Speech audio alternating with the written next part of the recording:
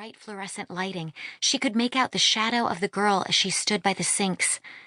The alien was getting closer. She couldn't wait any longer, could she? No.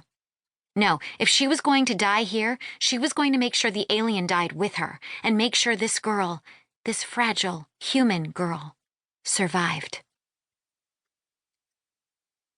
Chapter 1. The town has been emptied.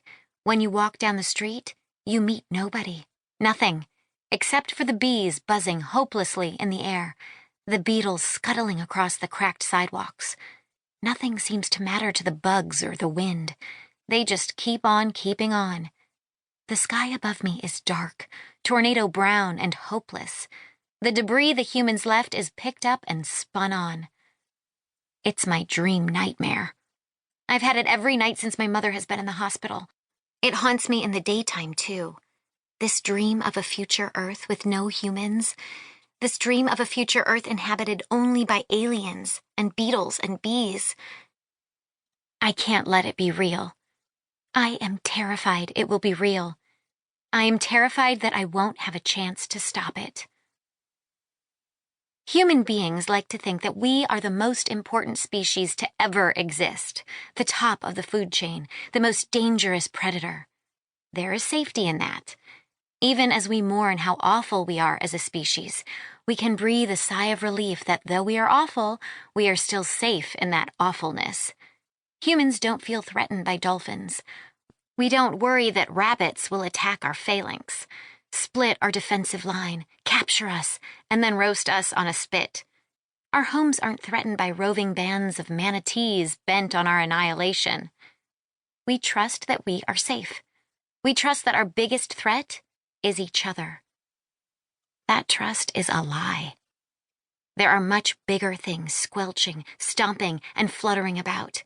There are much bigger threats than us humans. Without our weapons, we are a pretty weak species.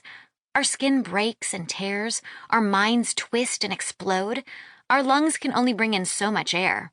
Our muscles can get us to run just barely fast enough. Even Olympians can't run fast enough to escape the threat that approaches us. And then there is me. There are 4 facts in the story of Mana Trent. I am a weapon. My mother loves me. My mother is not my biological mother.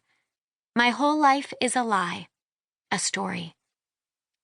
I am a weapon that aliens originally planned to use to infiltrate the humans from within, but I was rescued by my mother, a government-endorsed alien hunter turned rogue, and she created a fabricated life for me before she was kidnapped and shot and spiraled into a coma, which is where she is now.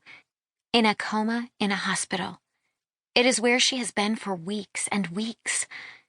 Now I'm waiting to be used, to be helpful, for word from the agency she worked for that they need me. So far, nothing. The world of desolation, of bees and wind and beetles, it could happen. This is what I'm thinking about on a freaking freezing day in December. And these thoughts swirl around in my head so fiercely that I forget to answer half the questions on my world history test, and instead just doodle all over the margins. Who am I? What am I? Who do I trust? My best friend, Seppie, has passed in her test early and sits back at her desk texting or checking out the Cheerleaders Who Rock Tumblr tag or something. Her parents are doctors, normal and brilliant and human.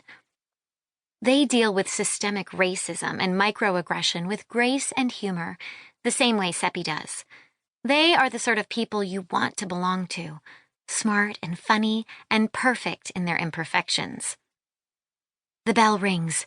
A dog races outside the classroom window, infinitely more fascinating than the test I should be focusing on. Clouds loom above the dog, thick and gray, heavy with snow that is ready to fall. A front must be coming through, a change in the weather pattern. I shudder. "Turn your tests in," our student teacher calls. Her name is Mrs. Horton. We call her Mrs. Horton Here's a Who a lot. My paper is terribly lacking in answers, kind of like my life. Standing up, I sigh. Seppie nudges me with her bag. "You okay?"